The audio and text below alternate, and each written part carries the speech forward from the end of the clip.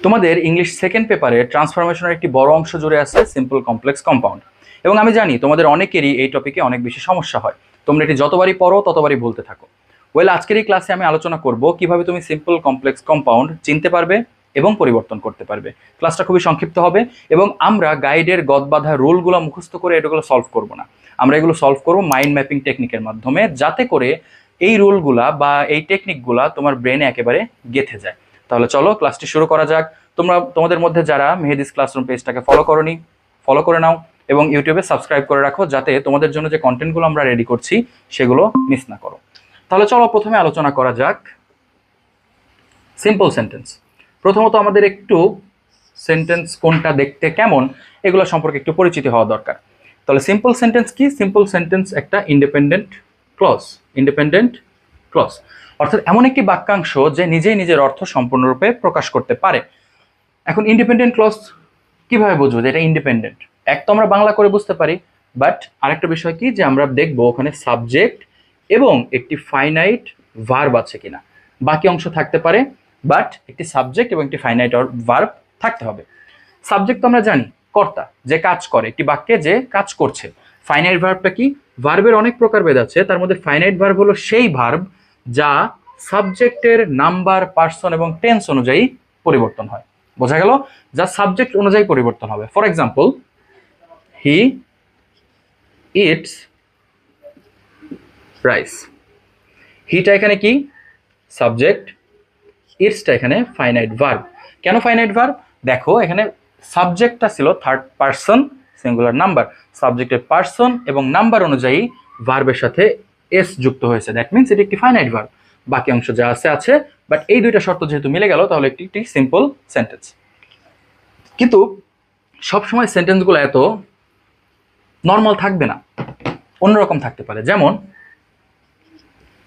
By studying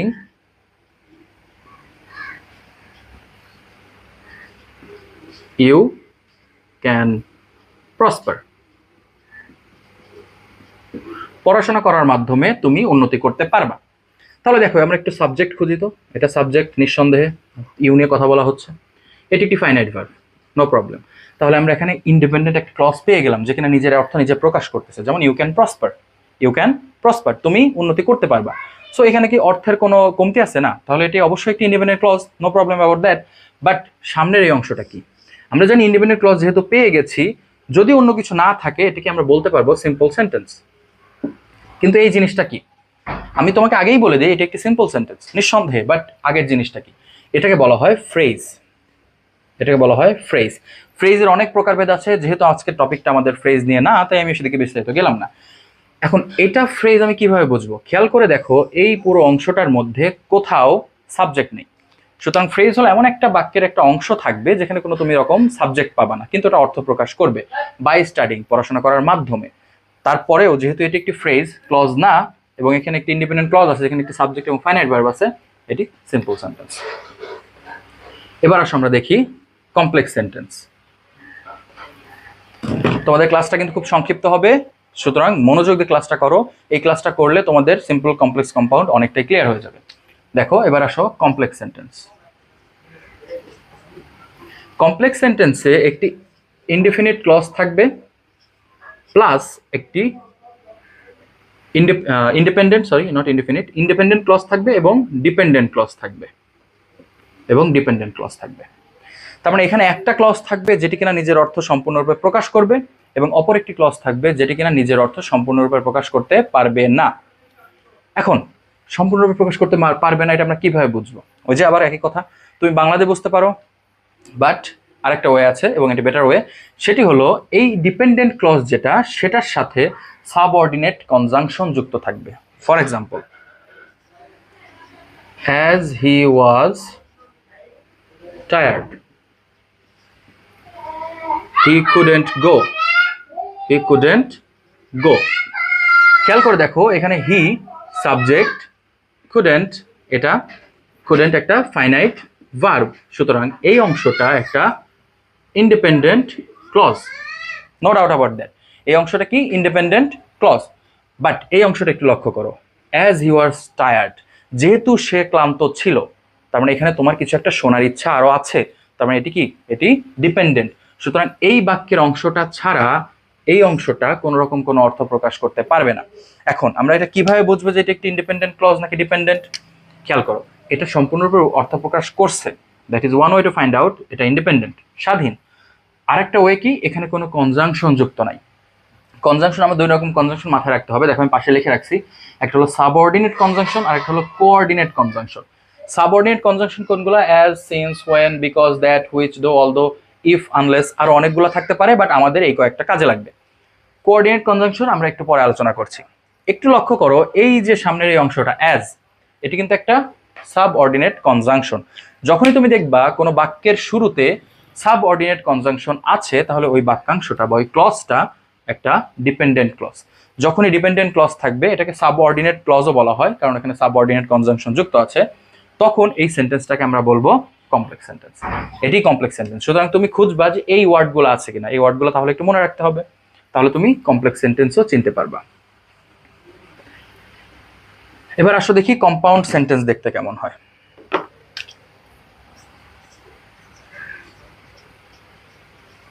compound, এখানে দুইটা independent clause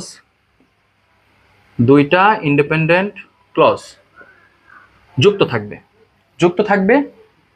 এই যে যুক্ত থাকবে, এই যুক্ত স্থানে থাকবে আসলে কোঅর্ডিনেট কনজাংশন। অর্থাৎ কোঅর্ডিনেট কনজাংশন কিন্তু আরো রয়েছে, আরো কয়েকটা আছে, বাট আমাদের এই এসএসসি লেভেলে, এমনকি এইচএসসি লেভেলে এই কয়েকটা জানলেই চলবে। এই কয়েকটা দিয়ে আমরা সবগুলা করতে পারবো। কোনগুলো? অ্যান্ড, বাট, অর, নর, এই কয়েকটা জানলেই চলবে। তাহলে দেখো আমরা একটা এক্সাম্পল দেখি। হি ইজ পুর, he is honest, he is পুর, he is honest. Subject, finite verb, এটাও সাবজেক্ট, এটা ফাইনাইট ভার্ব। তাহলে সাবজেক্ট, ফাইনাইট ভার্ব, তাহলে এটাও একটা ইন্ডিপেন্ডেন্ট ক্লজ, এটাও একটা ইন্ডিপেন্ডেন্ট ক্লজ। এই দুইটাকে তুমি যদি একটা কোঅর্ডিনেট কনজাংশন দিয়ে যুক্ত করে দাও, অর্থাৎ এই ক্ষেত্রে আমরা বাট যুক্ত করলাম। বাট কি? বাট হলো একটা কোঅর্ডিনেট কনজাংশন। তাহলে দুইটা ইন্ডিপেন্ডেন্ট ক্লজ যদি একটি কোঅর্ডিনেট কনজাংশন দিয়ে যুক্ত থাকে, তাহলে তুমি সেই সেন্টেন্সকে বলবা কম্পাউন্ড সেন্টেন্স। এরকম আরো হইতে পারে যেখানে দুইটি কি থাকবে, দুইটি ইন্ডিপেন্ডেন্ট ক্লজ থাকবে, যেটি যুক্ত থাকবে একটি কোঅর্ডিনেট কনজাংশন দিয়ে। এখন এই ক্ষেত্রে একটু মনোযোগ দিবা, কম্পাউন্ড সেন্টেন্সের ক্ষেত্রে যদি এই সাবজেক্ট, এই ভার্ব, এই সাবজেক্ট, এই ভার্ব সেম হয়, যদি সেম হয়, হি ইজ পুর বাট হি ইজ অনেস্ট, তাহলে আমরা পরবর্তীতে এই দুইটা না লিখলেও চলবে। আমরা তাহলে কি লিখতে পারি? হি ইজ পুর বাট অনেস্ট, হি ইজ পুর বাট অনেস্ট। বাট শর্ত কি? আগের বাক্যের সাবজেক্ট এবং ফাইনাইট ভার্ব পরের বাক্যের সেম সাবজেক্ট এবং ফাইনাইট ভার্ব থাকলে আমরা সেটা তুলে দিতে পারি। এবার চলো আমরা কিছু প্র্যাকটিস করি, অর্থাৎ যেগুলোকে তোমরা বলো রুল পড়ি। আমরা রুল তো পড়বো না, আমরা জাস্ট প্র্যাকটিস করবো। তুমি দেখবা ওই প্র্যাকটিস থেকেই তিনটা রূপান্তরই তুমি শিখে যাবে, অর্থাৎ একই সাথে সিম্পল থেকে কমপ্লেক্স, কমপ্লেক্স থেকে কম্পাউন্ড, দেন ভাইস ভার্সা। প্রথম একটা সেন্টেন্স আমরা প্রথমে লিখি, being weak he failed the test. Simple এটা, ঠিক আছে? প্রথম যে বাক্যটা আমরা লিখবো সেটা হবে সিম্পল। আচ্ছা, being weak, being weak he failed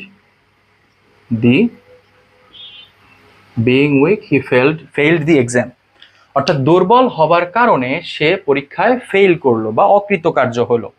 আচ্ছা, এইখানে একটু লক্ষ্য করো, আমরা মাইন্ড ম্যাপিং যে কথাটা বললাম সেটা আমরা এখন লক্ষ্য করবো, দেখতে পাবো। তো এখানে বিইং আছে, তো তুমি কি করবা? আমার সাথে সাথে এটা একটু নোট করে ফেলবা, তাহলে দেখবা একদম মাথায় গেঁথে যাবে। এই বিইং কে তুমি গোল করো, গোল করে এখানে লেখো B plus ING, B plus ING.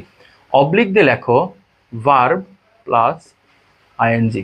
অর্থাৎ আমরা এখন যে রুলটা করতে যাচ্ছি সেটি একই সাথে বি প্লাস আইএনজির জন্যও কার্যকর, আবার ভার্ব প্লাস আইএনজির জন্যও কার্যকর। ব্যাস, এই একটি বিষয় তুমি খেয়াল রাখবা, পরবর্তীগুলা তুমি দুইটা প্র্যাকটিস করলে 3 নম্বরটা আপনিই পারবা। রুল মুখস্থ করতে হবে না, সাবজেক্ট প্লাস ভার্ব প্লাস হ্যান ত্যান এসব মুখস্থ করতে হবে না। জাস্ট তোমার রুলটা কি, এখানে বি প্লাস আইএনজি অথবা ভার্ব প্লাস আইএনজি সাথে একটা অ্যাডজেক্টিভ থাকবে। এটা একটা adjective, being weak he failed the exam. এখন প্রথমত এটাকে আমরা কি করব, কমপ্লেক্স। তাহলে বিইং উইক যদি এরকম থাকে যে বি প্লাস আইএনজি অথবা ভার্ব প্লাস আইএনজি, তাহলে আমরা লিখব অ্যাজ, সিন্স, হোয়েন, এই তিনটার যে কোনো একটা। যে আমি বলতেছি কোনটা এখানে বেটার হয়।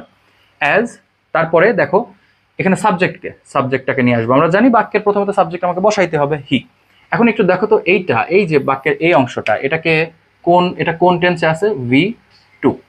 তাহলে এখানে ইজ না দিয়ে আমরা কি দেব, ওয়াজ। অ্যাজ বা সিন্স বা হোয়েন হি ওয়াজ উইক, এখন অ্যাডজেক্টিভটা নিয়ে আসলাম। দেখো অর্থের সাথে মিলাও। তোমাকে এটা ভাবতে হবে না যে সাবজেক্টের পরে তুমি ভার্ব বসাচ্ছ, তারপরে উইক বা অ্যাডজেক্টিভ বসাচ্ছ, এই জিনিসগুলো তোমার মাথায় বারবার আনতে হবে না। তুমি একটা ফ্লোতে যাবা যে এটি একটি অর্থ সহ যদি মিলাইতে চাও, তাহলে দেখো চলে আসবে হি ওয়াজ উইক, তারপরে বাকিটা যা আছে তাই, হি ফেইলড দ্য এক্সাম, হুবহু সেম জিনিসটা। এখন কোনটা বসাবো, অ্যাজ, সিন্স, হোয়েন। খেয়াল রাখবা হোয়েন মানে কি, যখন। হোয়েন মানে কি, যখন। সিন্স মানে যেহেতু, অ্যাজ মানেও যেহেতু। তাহলে সময় রিলেটেড কোনো জিনিস থাকলে আমরা হোয়েন ব্যবহার করার চেষ্টা করব, কারণ রিলেটেড জিনিস থাকলে আমরা অ্যাজ অথবা সিন্স ব্যবহার করার চেষ্টা করবো। এখন বলো তো বিইং উইক এটা কি সময় নির্ভর কোনো কিছু না? যেহেতু সে দুর্বল ছিল, that means it is a reason, কারণ। তাহলে আমরা অ্যাজ দেবো অথবা সিন্স দেবো। তাহলে আমরা সিন্সটা দেই এখানে, দেখো সিন্সটা দিয়ে দিলাম। Since he was week he failed the exam. তাহলে এখানে সিন্সের বদলে তুমি কি কি দিতে পারো সেটা একটু লিখে রাখবা, যে এখানে হোয়েনও দিতে পারো, অ্যাজও দিতে পারো। তাহলে দেখো পুরো রোলটা তোমার হয়ে গেল। এটাকে লিখবা সাবজেক্ট, এটা সেই অ্যাডজেক্টিভ, এটা হলো ভার্ব, এবং এটা মাইন্ড ম্যাপিং এর জন্য এটা লিখতে হবে না, জাস্ট এটা লিখতে হবে অ্যাডজেক্টিভ। তাহলে দেখো তুমি সিম্পল থেকে কমপ্লেক্স করে ফেললাম। এবার এসে কম্পাউন্ড করি। মনে রাখবা কম্পাউন্ড করাটা তুলনামূলকভাবে সব থেকে ইজি হয়, কম্পাউন্ড। তাহলে কম্পাউন্ড করার ক্ষেত্রে তুমি একটু কমপ্লেক্সের দিকে তাকাবা। আবার যদি তোমাকে সিম্পল থেকে কম্পাউন্ড করতে বলে, তুমি চেষ্টা করবা ওটাকে মনে মনে কমপ্লেক্স করে নেওয়া, তাহলে তোমার জন্য খুব ইজি হবে। কেন, দেখো তুমি সিন্সটাকে একটু বাদ দাও তো, তাহলে পরেরটা লেখো, হি ওয়াজ উইক। এবার বাকি পরেরটা লেখো, হি ফেইলড দি এক্সাম। এবার দেখো তো এটি একটি ইন্ডিপেন্ডেন্ট ক্লজ, এটি একটি ইন্ডিপেন্ডেন্ট ক্লজ, মাঝখানে যদি একটি কোঅর্ডিনেট কনজাংশন যুক্ত করে দাও এর মধ্যে একটা, যেটা অর্থের সাথে ভালো যায়। দেখো যেহেতু আমরা পড়ছি কি সে দুর্বল ছিল, সে ফেল করছে। এখন এখানে কি বিপরীত অর্থ নাকি সম অর্থ? যদি সম অর্থ হয় তাহলে আমরা অ্যান্ড যুক্ত করে দেবো। বিপরীত অর্থ হলে আরো কিছু যুক্ত করতে হয়, সেটা আমরা একটু পরে দেখতেছি। তাহলে he was weak and he failed the exam, that's it. আমরা তাহলে একটা রুল শিখে নিলাম। এখানে রুল 1 দিয়ে রাখো। এবার আসো দ্বিতীয় রুলটা দেখি।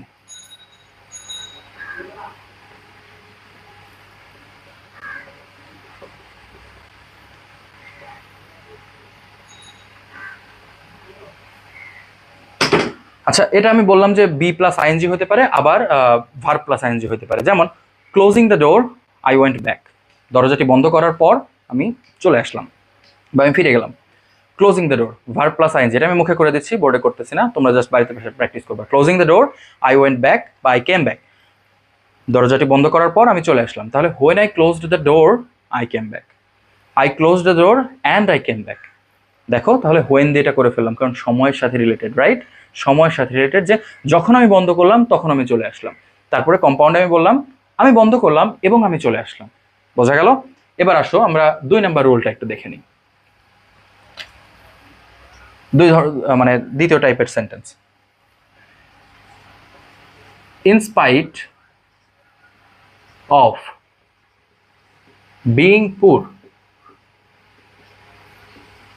হি was honest. In spite of being poor he was honest. আমরা একটু চিনি যে এটা আসলে সিম্পল সেন্টেন্স কেন। এটা সাবজেক্ট, এটা ফাইনাইট ভার্ব, এটা অ্যাডজেক্টিভ।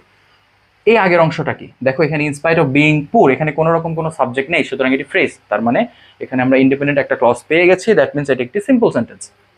এবার আসো আমরা কাকে টার্গেট করে এটা সামনে আগাবো, এইটাকে টার্গেট করে। ইনস্পাইট অফ এখানে থাকতে পারে আরো একটা জিনিস, সেটা হলো ডিসপাইট অফ। তাহলে আইদার ইনস্পাইট অফ অথবা despite of being, B plus ING, poor, poor এটা কি, এটা adjective.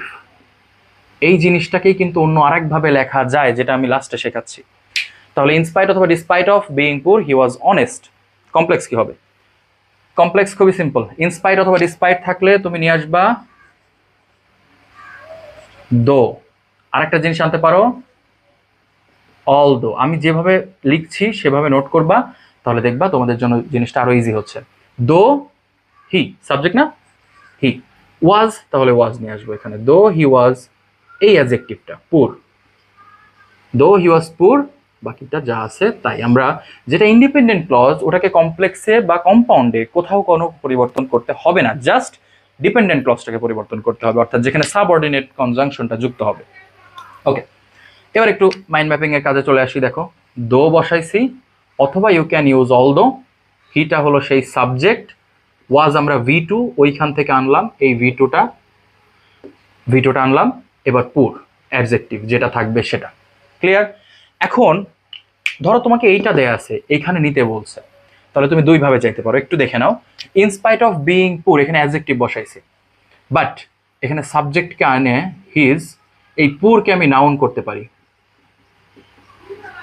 In spite of his poverty he was honest, তার দারিদ্রতা সত্ত্বেও সে সৎ। আর ওপরের বাক্যটা, সে দরিদ্র হওয়া সত্ত্বেও সৎ। দেখো দুইটা কিন্তু মিনিং হুবহু একই, মানে তুমি ভাবার্থটা সেম, তার দারিদ্রতাও যা, সে দরিদ্র হওয়াও তাই। বাট এটা হলো two ways of doing it. But I will suggest যে তুমি সবসময় এটা ফলো করবা, কারণ প্রত্যেকটা অ্যাজেক্টিভের এই নাউন ফর্মটা, এটা কিন্তু নাউন, হ্যাঁ পভার্টি এটা নাউন, এই নাউন ফর্মটা তুমি জানবা না। যেমন in spite of being rich he was greedy, সে ধনী হওয়া সত্ত্বেও লোভী ছিল, ইনস্পাইট অফ বিইং রিচ। এখন এটাকে তুমি যদি এইভাবে করতে চাও, ইনস্পাইট অফ হিজ কি, রিচের নাউন কি, রিচেস। এখন এই রিচেস যে রিচের নাউন, এটা তো নাও জানা থাকতে পারে, তাই না? তাহলে আমরা সবসময় এটা ফলো করব, in that way we don't have to know the noun form of that adjective, right? Okay, এটার তাহলে এখন কম্পাউন্ড কি হবে, এইটা নিয়ে নিবা, হি ওয়াজ পুর, হি ওয়াজ পুর। পরেরটা তো সেম লিখবা, হি ওয়াজ অনেস্ট। এখানে কি দিবা দেখো, সে গরিব, সে সৎ, সে গরিব হওয়া সত্ত্বেও সৎ, দ্যাট মিনস এখানে একটা অপোজিট একটা অর্থ চলে আসছে, দ্যাট মিনস আমরা নিয়ে আসবো বাট। তাহলে এখানে কোনটা মনে রাখবা, যে দো অল দো ইনস্পাইট এটা থাকলে আমরা এটা ইউজ করব, আন্ডারস্টুড? আমরা বাট ইউজ করব। এভাবে আমরা রুল 2টাও শেষ করে ফেললাম।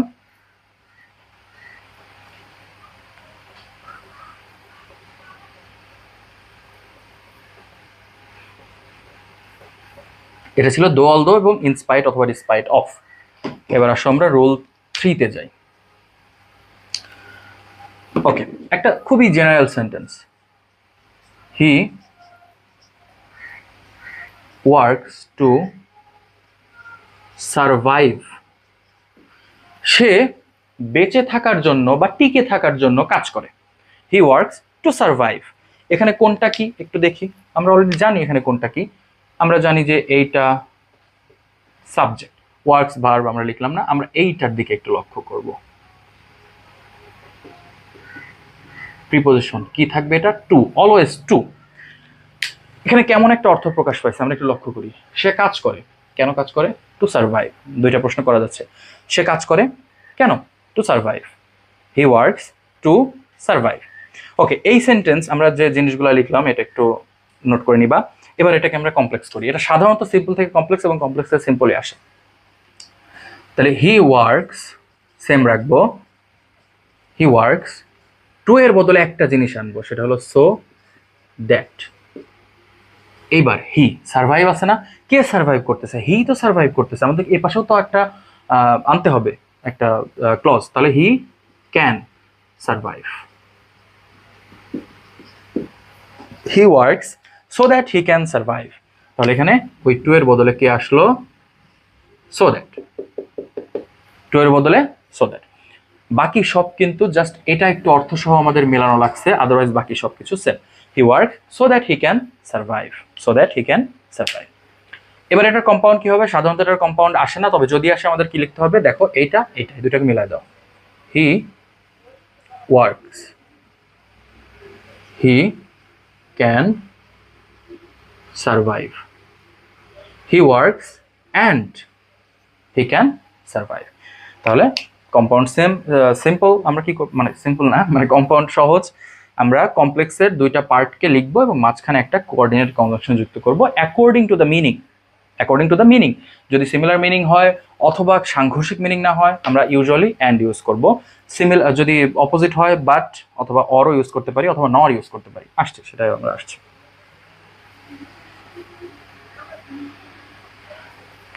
দেখো যদি আমরা এরকম মাইন্ড ম্যাপিং করে পড়ি তাহলে কিন্তু আমাদের কোনো রুল মুখস্থ করতে হচ্ছে না। এবার 4 নম্বরে আসো। সিমিলার কাইন্ড অফ সিস্টেম বা সিমিলার কাইন্ড অফ সেন্টেন্স, যে he is too weak to walk. এই বাক্যটার অর্থ কি? একটু ডিফারেন্ট এই বাক্যটার অর্থ। এটা একটু নেগেটিভ সেন্টেন্স। হ্যাঁ, সে এতটাই দুর্বল যেন সে হাঁটতে পারছে না। He is too weak to walk. সে এতই দুর্বল যে সে হাঁটতে পারছে না। একটু চিহ্নিত করি, too dot dot to dot dot to, too dot dot to, then to. এইটা কি? এটা হলো একটা অ্যাডজেক্টিভ। That's it. এটুকু করলে আমাদের চলবে। এবার আসো আমরা কমপ্লেক্স করি। হি ইজ, দেখো ওই ক্ষেত্রে টু যখন ছিল তখন আমরা কি আনতাম? So that. বাট এখানে টু তো না, শুধু সাথে আরো কিছু আছে, তাই এখানে একটু ডিফারেন্ট হবে। কি? He is so weak that, again meaning মিলায়া, he can not walk. He is so weak that he can not walk. এখানে আমরা কি করলাম?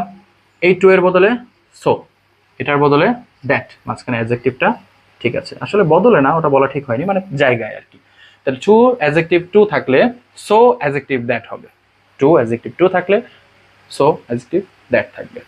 এখানে বলতে পারো রুল মুখস্থ না, রুল মুখস্থ না। তুমি যেভাবে যদি এটাকে গোল করে রাখো, তুমি যখন পরীক্ষার আগে রিভাইজটা দিবা, এভাবে টিক দিয়ে রাখো, রিভাইজটা দিবা, তখন কিন্তু তোমাকে কোনো রুল পড়তে হচ্ছে না। তুমি জাস্ট সেন্টেন্স দেখে যাচ্ছ, সেন্টেন্সের স্ট্রাকচার।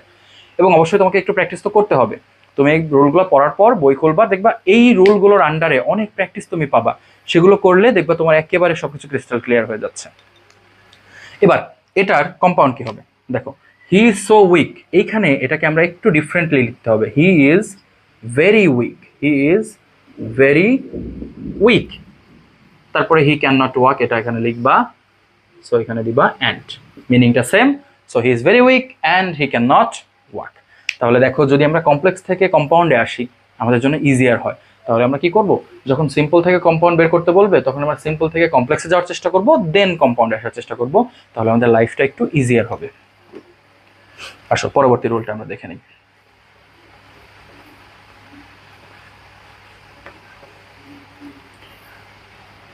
আমরা আর মাত্র 2টা রুল দেখব।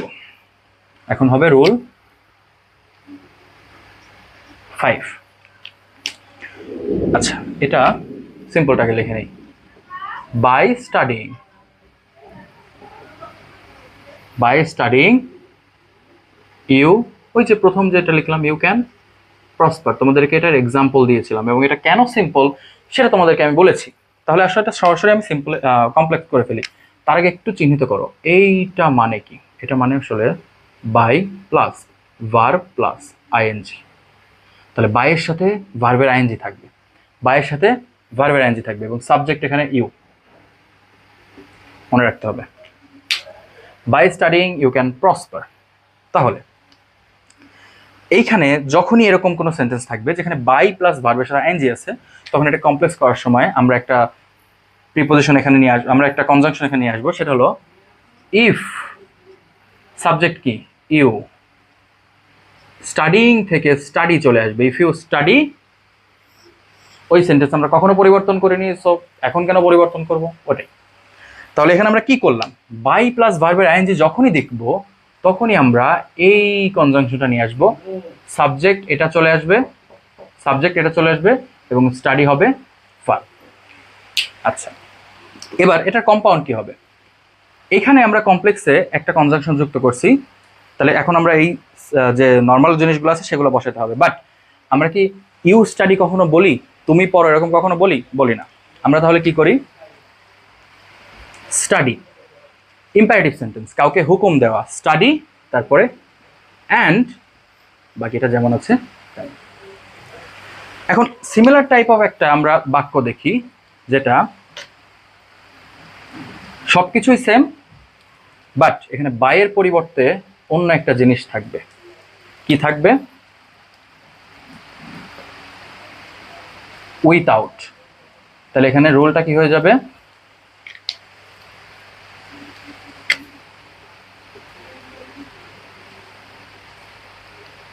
Without plus verb plus ING. ওইটার অর্থ কি ছিল? By studying you can prosper, পড়াশোনা করার মাধ্যমে তুমি উন্নতি করতে পারবা। এটার অর্থ কি? উইথআউট স্টাডিং ইউ, আচ্ছা এখানে একটু ইউ ক্যান নট হবে, ঠিক আছে, এখানে একটু নেগেটিভ ব্যাপার চলে আসবে। So you can not, without studying, পড়াশোনা না করলে ইউ ক্যান নট প্রসপার, তুমি উন্নতি করতে পারবে না। So negative. নেগেটিভ সেন্স যখন চলতে আসবে তখন সব জায়গাতে নেগেটিভ চলে আসবে। কিরকম? এটাতেও ইফ হবে, ইফের পরে ইউ হবে, বাট এখানে আসবে don't. If you don't study, বাকিটা same, you can not prosper, এখানে ক্যান নট আছে কিন্তু। If you don't study you can not prosper. তাহলে এখানে আমরা নতুন কি আনলাম? উইথআউট প্লাস ভার্ব প্লাস আইএনজির জন্য এটা ইফ আসবে, বাট এখানেও নেগেটিভ আসবে। এখানে তো নেগেটিভ অলরেডি ছিল। তাহলে শেষের দিকে বৃষ্টি হবার কারণে তাড়াহুড়া করতে গিয়ে আমি কম্পাউন্ডের ক্ষেত্রে বাইয়ের নিয়মটাই করে ফেলেছি। আসলে এখানে study or you can not prosper হবে, অর্থাৎ এখানে কোঅর্ডিনেট কনজাংশন হিসেবে অর আনতে হবে এবং সামনে ডোন্ট বা এরকম কিছু নেগেটিভ না এনে স্টাডি ইম্পারেটিভ সেন্টেন্স ইউজ করতে হবে। তাহলে এই ছিল তোমাদের খুবই খুবই প্রচলিত কয়েকটা নিয়ম, যেগুলো তোমাদের পরীক্ষায় আসবেই। সো এই নিয়মগুলো তোমরা কিভাবে মাইন্ড ম্যাপিংয়ের মাধ্যমে মনে রাখবা। আশা করি এগুলো যদি তোমরা সলভ করো তাহলে তোমাদের ট্রান্সফরমেশনের সিম্পল কমপ্লেক্স কম্পাউন্ডে আর কোনো সমস্যা হবে না।